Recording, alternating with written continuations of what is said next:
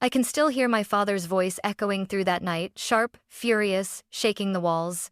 "Listen to me or get out!" he shouted at my grandpa. "The man who built this house, this family, this life." Mom didn't move. She just sat there, eyes fixed on the floor, trapped between two men she claimed to love. Grandpa didn't argue. He only looked at her once, then at me, quiet, calm, before walking out into the cold night without a word. The door closed, and something in me broke with it. For years, I thought family meant loyalty. That night, I learned silence could be its own kind of betrayal. 3 days later, my phone lit up 101 missed calls. I didn't know then that everything we'd built was about to crumble, and that Grandpa's silence was only the beginning of the storm. The fight started over something small, at least. That's what it looked like.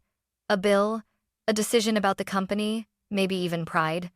But pride has a way of burning everything around it. Dad was standing in the living room, tie loose, his hand gripping a glass of whiskey like it was armor. Mom hovered by the doorway, pale and tense. Grandpa sat in his usual chair, that old oak one with the worn armrests, quiet but unyielding. "This isn't your house anymore," Dad snapped. "You retired. You wanted peace. So let me run things my way." Grandpa's voice was steady. "You can run the business, Mark, but don't forget who built the foundation you're standing on." That's when Dad exploded. "You've been running my life since I was born. Listen to me or get out." Mom flinched. I stood frozen at the hallway, heart pounding. Grandpa rose slowly, straightened his jacket, and said only one thing: "You'll regret the way you spoke tonight." Then he left, no shouting, no slamming doors, just quiet footsteps fading down the porch. And in that silence, all I could hear was my mother's trembling breath, and my own guilt for not saying a word. The morning after Grandpa left felt colder, even though the sun was out. The house was quiet in a way that didn't feel peaceful, it felt abandoned. Dad sat at the kitchen counter with the newspaper, pretending to read. Mom moved slowly, rinsing dishes that were already clean. I watched her hands shake as she stacked plates, her wedding ring glinting under the light. No one mentioned Grandpa. Not at breakfast, not at lunch. The silence was their truce. Around noon, I couldn't take it anymore. "I'm going to check on Grandpa," I said, grabbing my keys. Dad didn't even look up. "He's fine. Let him cool off." "Cool off? You kicked him out." He lowered the paper and glared. "Don't take that tone with me, Claire. He chose to leave." "No, you pushed him out," I muttered, already heading for the door. The drive to his lake cabin was an hour north through winding pine roads. Grandpa used to take me there every summer when Mom and Dad were too busy fighting about money. He called it his quiet place, though it was always full of music and sawdust and the smell of coffee.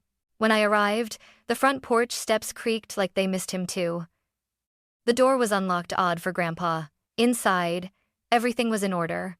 His fishing gear lined up, his flannel jacket on the hook, the kettle still on the stove, cold. There was a note on the table, written on the back of an old envelope. "Don't worry about me, kiddo. Take care of your mom." But something about it was wrong. The handwriting was shakier, uneven. I knew Grandpa's penmanship neat, steady, like a draftsman. This wasn't it. I called his cell, straight to voicemail. I tried again. Same result. Outside, the lake was still, reflecting the gray sky. For the first time, it scared me how quiet it was. When I got home, Dad's car wasn't in the driveway. Mom was sitting alone at the dining table, hands clasped tightly like she was praying. "Did you find him?" she asked. "No, but I found this." I placed the note in front of her. Her eyes darted over the words, then she exhaled shakily. "Claire, please, don't show your father this." "Why not?" "'Cause he wrote it." My stomach turned. "What?" Her eyes filled with tears. "He told me Grandpa left it behind, but I saw him writing something that night after your grandpa left. I didn't think he'd actually—" I stepped back, shaking my head. "So he forged a goodbye note? Why?" Mom's voice cracked. "To make it easier for himself, I think. Or maybe to convince me he was right." I looked around the house, the same walls Grandpa painted, the floors he laid by hand, and all I could think was how easily someone could erase a man with a few lies and a forged signature. That night, I couldn't sleep. Every time the wind brushed the windows, I heard Grandpa's voice again, quiet but certain. "You'll regret the way you spoke tonight." By the third morning, the silence had become unbearable. Dad went to work early, slamming the door like he wanted to prove he was still in control of something. Mom stayed in her robe until noon, staring at the TV without really watching. I needed air. I wandered out to the workshop behind the house, Grandpa's old sanctuary. He used to say it was where wood learned to listen. The smell of cedar still lingered. Dust floated in thin light from the small window, landing on stacks of blueprints and broken tools. I sat on his stool, running my fingers over the grooves carved into the workbench initials, dates, tiny notes in his handwriting. That's when I saw it. A small lockbox tucked behind a shelf of paint cans, the same one he used to keep important things. It wasn't locked. Inside were papers sealed in manila folders, tax forms, deeds, insurance statements, and on top of them, a letter addressed to me. Claire, if you're reading this, it means I've stepped away for a while. Don't worry, I'm doing what's right. Keep this safe, and don't let your father touch it. Grandpa. My hands trembled as I opened the next folder. It was his will, but not the one Dad had waved around years ago during a family dinner when Grandpa retired. This one was different. It listed ownership of the house, the family company, and even the lake cabin, and named me as the primary heir. Not Dad, not Mom, me. I felt dizzy. Why would Grandpa do that?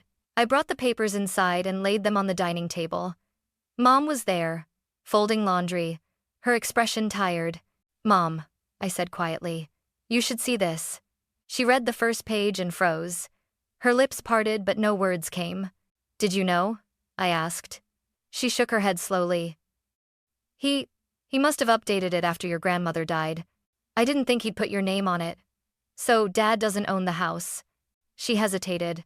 Claire, it's complicated. No, it's not. I pointed to the bold line at the bottom. It's his signature, and he left it to me. Mom sank into a chair, covering her face. You can't tell your father. Why not? Because he already knows. My heart stopped. What do you mean? She looked up, eyes rimmed with red. He found the new will months ago. He was furious. He went to the lawyer to contest it, but Walter withdrew everything from joint accounts before he could. That's why he snapped that night. I stared at her in disbelief. You mean Grandpa left because Dad was trying to take everything from him? Her silence was answer enough. I folded the will carefully and tucked it back into the envelope. I didn't know what scared me more, what Dad had already done, or what he might do when he realized I knew. That night, when he came home, I hid the papers under the floorboard of my closet. If Grandpa trusted me to protect them, I wasn't going to fail him. Dad came home late that night, his tie undone, the smell of whiskey thick around him. The living room lights were off except for the flicker of the TV. Mom had fallen asleep on the couch again. I sat at the dining table, pretending to study but really staring at the will tucked beneath my notebook. My pulse thudded in my ears. When he saw me, he smirked. Still up? You should get some sleep. Big day tomorrow. For you or for me? I asked. His smirk faded. What's that supposed to mean? I went to Grandpa's workshop. That stopped him cold. His voice dropped. You had no right? You had no right to forge a letter and throw him out of his own house, I shot back. Mom stirred on the couch, half awake. Please, not tonight. But the words were already spilling out of me. I know about the will, Dad. I know you tried to change it. For a moment I thought he might actually laugh, and then he did. Low and bitter. Of course you found it. That old man loved to play his little games. They weren't games, I said. He trusted you. Trusted me? He slammed his glass down so hard that the liquid splashed across the counter. He treated me like a damn employee. Every decision, every cent, his approval first. You wouldn't even have a business without him. And I'm the one who kept it alive, he barked, while he sat there in that chair acting like God. Mom sat up, trembling. Mark, please stop. Stay out of this, Linda. His voice snapped like a whip. Something inside me snapped too. He built everything you have, and you threw him out because he wouldn't hand it over fast enough. He turned toward me, eyes glassy and hard. You think you understand how the world works, Claire? You've lived in comfort because I made sure of it. Don't stand there and judge me. I'm not judging you. I'm watching you destroy everything. The room went silent except for the ticking of the wall clock.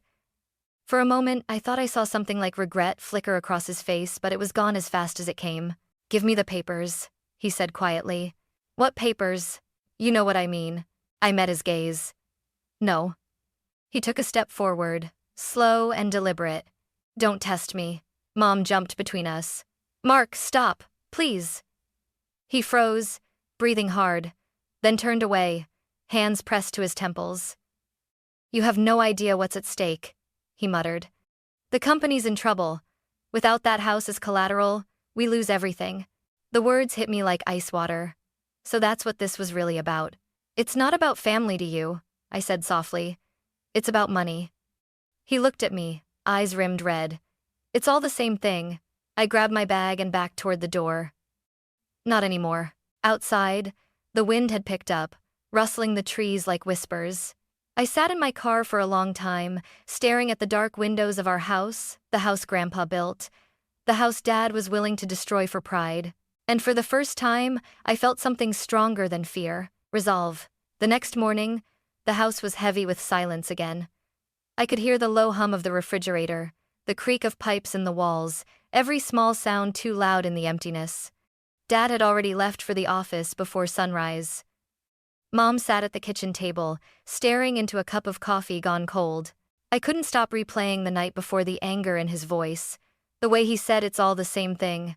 I wanted to believe there was still something human left in him, something that wasn't driven by pride or fear. At noon, I was upstairs sorting through a box of Grandpa's old photos when my phone rang. A number I didn't recognize. "Hello? Claire." My heart stopped. "Grandpa?" There was a pause, then his warm, steady voice filled my ear. "It's me, kiddo." I stood up, clutching the phone tighter. "Where are you?" "Everyone's been worried sick." "I'm safe. Don't tell your father I called." "What's going on? Please just tell me where you are." He sighed softly. "Sometimes the best way to win a battle is to step back and let the enemy reveal himself." "Grandpa, what are you talking about?" "You'll understand soon," he said. "Give it 3 days. Everything will make sense." 3 days? What happens in 3 days? But the line went dead. I called back once, twice, 5 times. Straight to voicemail. Downstairs, I could hear Mom pacing, talking to someone on the phone in a low voice. I caught a few words. Lawyer, title deed, transfer. When she saw me, she quickly ended the call. "Who were you talking to?" I asked. "No one," she said too quickly. "Mom, please stop lying." Her eyes filled with tears. "You don't understand, Claire. Your father's losing everything. He's desperate. That doesn't excuse what he's done." She looked away, whispering, "I know." That night, I couldn't sleep. Grandpa's words echoed in my head 3 days. By the second day, things at home got stranger. Dad came home late again, pacing, muttering into his phone. I heard fragments from the hallway, accounts frozen, legal notice. He can't do that. Every conversation ended with him slamming something. Mom barely spoke. She moved around him like a ghost, doing everything she could to keep the peace that no longer existed. On the third morning, I woke up to sunlight spilling through my curtains and the faint vibration of my phone. One missed call, then another, then 10 more. Unknown number, then Dad's name flashing again and again. By the time I picked up, my hands were shaking. "Claire, where's your mother?" His voice was frantic. "Find her, now." "What's happening?" But he'd already hung up. I ran downstairs. The front door was wide open. Mom's car was gone. And on the dining table lay a single envelope with my name written in Grandpa's handwriting. I tore it open. "Don't be afraid of the truth, kiddo. It's the only thing that'll keep you free. W." Outside, the wind rattled the windows, and for the first time, I felt the storm coming. 3 days. Grandpa had said 3 days. And whatever he'd been planning, it had just begun. 3 days later, everything erupted. I woke up to shouting downstairs. Not the sharp, controlled kind I'd grown used to, but something wilder, desperate. I ran down barefoot, my pulse pounding. Dad was in the living room, phone clutched in one hand, a stack of papers scattered across the coffee table.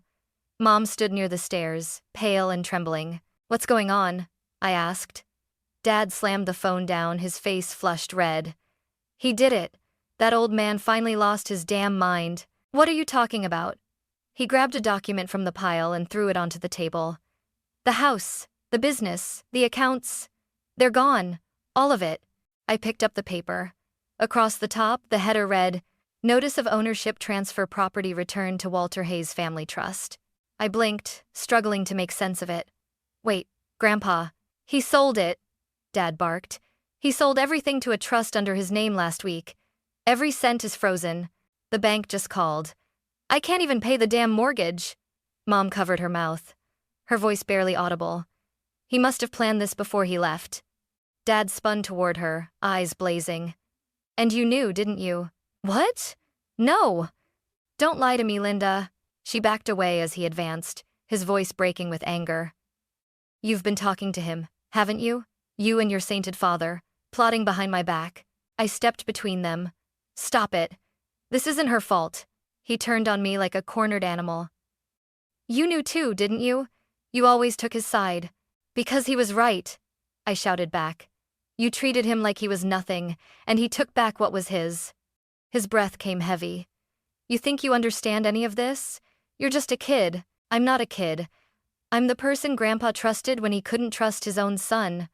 That made him freeze. His jaw tightened. You sound just like him, he hissed. Arrogant. Self-righteous. Always judging. Judging. I didn't back down. He built everything you have, Dad, and you destroyed it with greed. He lunged toward me, stopping just short, his voice shaking. You don't know what it's like to be second to your own father, to work your whole life under his shadow. You chose that shadow, I said. You could have stood beside him. Instead, you tried to replace him. The phone rang again once, twice, then over and over. The sound sliced through the tension like sirens. Dad snatched it up, barked, What? Then his expression shifted. His voice dropped to a whisper. What do you mean the investors pulled out? What lawsuit? His hands began to shake. No, he can't, he wouldn't. He ended the call, staring blankly at the floor. He froze my accounts, he muttered. All of them, even the company funds. Mom whispered. Mark? But he wasn't listening. His phone buzzed again. More calls. He ignored them. Then another, then another. I watched the screen light up over and over until the display was just a blur of notifications. Finally, he screamed and hurled the phone against the wall. It shattered, pieces scattering across the hardwood floor. He sank to his knees, gripping his head. He ruined me, he whispered. Your grandfather ruined me. Mom knelt beside him, tears streaming down her face. He didn't ruin you, Mark. You did this. Her voice was soft but steady, stronger than I'd ever heard it. He looked at her, disbelief etched into his features. You're taking her side now? I'm taking the side of what's right, she said. I should have said something that night. I should have stopped you. He stared at her like he didn't recognize her. Then his eyes turned toward me. You think this is justice? You think he's the hero? He's vindictive, Claire. He's destroying his own son. I took a breath, forcing the words out evenly. No, he's saving his granddaughter. The silence that followed was deafening. Only the faint buzz of the broken phone filled the room. Then Dad's laptop pinged an incoming email. He stood shakily and opened it. The screen glowed blue across his face. His mouth fell open. It was a message from Grandpa's lawyer. Mr. Hayes, per your father's final directive, the Walter Hayes Company will be restructured under new management, effective immediately. Your employment contract has been terminated. Please vacate the company premises within 24 hours. Dad let out a strangled noise, half laugh, half sob. He fired me from my own company, Mom whispered. It was never yours. He looked at both of us then, something broken, something lost. You'll regret this, he said quietly. Both of you. When he stormed out, slamming the door behind him, the sound echoed through the walls, leaving only stillness in its wake. Mom and I stood there for a long time. She finally looked at me and said, He needed to lose everything to see what he's become. I didn't answer. I just walked to the window. Outside, the wind had picked up again, carrying faint thunder in the distance. My phone buzzed on the table. And 101 missed calls, all from Dad. But I didn't pick up. For the first time in my life, I let the storm rage without running to stop it. 2 days after the storm, the house felt hollow, too big, too quiet. Dad hadn't come home. His car was gone, his office locked, his phone still shattered in the trash bin. I thought I'd feel relief, but what I felt was something different: grief for the man he could have been. That afternoon, Mom got a call from an unfamiliar number. Her face went pale. "It's your grandfather," she whispered. We met him the next morning at a small cafe downtown, the kind that smelled like old wood and burnt espresso. When I walked in, Grandpa was sitting by the window, wearing the same worn brown coat he'd had for 20 years. He looked older but lighter somehow, like a man who had finally put down a burden. "Hey, kiddo," he said, smiling faintly. "You look like you haven't slept in a week." I sat across from him. "You could have told me what you were planning." He stirred his coffee. "Would you have let me?" "No," I admitted. "That's why I didn't." He leaned back, eyes gentle. Mark had to face the truth on his own. I wasn't going to argue with him anymore. I wanted him to see what power costs when it comes before love. Mom joined us quietly, her eyes already wet. "Walter," she said softly, "you broke him." Grandpa sighed. "I didn't break him. I just stopped protecting him from the consequences." I swallowed hard. "He's not coming home." "I know," Grandpa said. "But you and your mother are. The house, the business they're in, both your names now. You'll be fine." Mom covered her face with her hands. "I should have spoken that night. I let him humiliate you." He reached across the table and squeezed her wrist. "Silence can be cruel, Linda, but it can also be forgiven." I stared at him. "What are you going to do now?" He smiled faintly. "Enjoy my retirement for real this time. Fix the cabin roof, maybe plant some tomatoes. I've done my fighting." For a moment, none of us spoke. The hum of the cafe, the clinking of cups, the soft chatter, it all blurred into something calm. As we stood to leave, Grandpa touched my shoulder. "You did good, Claire. You stood up when everyone else was quiet. Never lose that." When we walked outside, the air was cool and bright. Mom held my arm tightly as we crossed the street. "He's changed," she said. "No," I said quietly. "He just stopped hiding." Later that evening, Dad's lawyer called. "Mark's left town," he told Mom. He withdrew what little was left from his personal account. Said he needed time.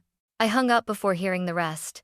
Standing on the porch that night, I looked out over the yard, the same one Grandpa and I planted when I was little. The wind rustled through the trees, and for the first time in months, it didn't sound like anger.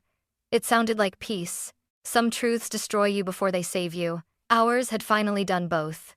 Spring came early that year. The snow melted faster than usual, and for the first time in months, the house felt alive again. Sunlight spilled across the kitchen floor where dust used to settle. The air didn't feel heavy anymore, it felt like breathing after being underwater too long. Mom started painting again. She used to love it before everything fell apart. Sometimes I'd find her on the porch with a cup of tea and a brush in her hand, humming softly while she worked. She said it helped her fill the silence with color. Grandpa moved back into his cabin by the lake. I visited every weekend. We fixed the old dock, sanded the railings, and built a small greenhouse out back. He called it our project, a place to grow things worth keeping. One afternoon, as I helped him plant tomato seeds, he said, "Funny thing about soil, Claire. It remembers every storm, every root it's ever held. But somehow it still knows how to start over." I smiled. "I think people are like that too." He nodded. "The good ones are." Back at home, the nights were peaceful again. No shouting, no slam doors, just quiet conversations over dinner, laughter that didn't feel forced. Mom still kept Dad's photo on the shelf, not as a reminder of pain but as proof that people can change, or at least, that we can survive them when they don't. A month later, Grandpa invited us both to dinner at the cabin. The lake shimmered under the evening sun, golden and calm. He poured 3 glasses of lemonade and raised his cup. "To family," he said. "The kind that learns." We clinked glasses. As the sun dipped behind the trees, I walked down to the dock alone. The water was still, reflecting the pink sky, and I thought about everything we'd lost and everything we'd rebuilt. Sometimes, I could still hear Dad's voice in my head, angry, echoing, "Listen to me, or get out." But it didn't hurt anymore. Now, when I think of that line, I think of Grandpa, the way he chose to walk away. Not out of defeat, but out of dignity. I sat at the edge of the dock, toes brushing the water, and whispered to the quiet lake, "I'm listening, Grandpa. I get it now." And for the first time in a long time, the silence felt like love.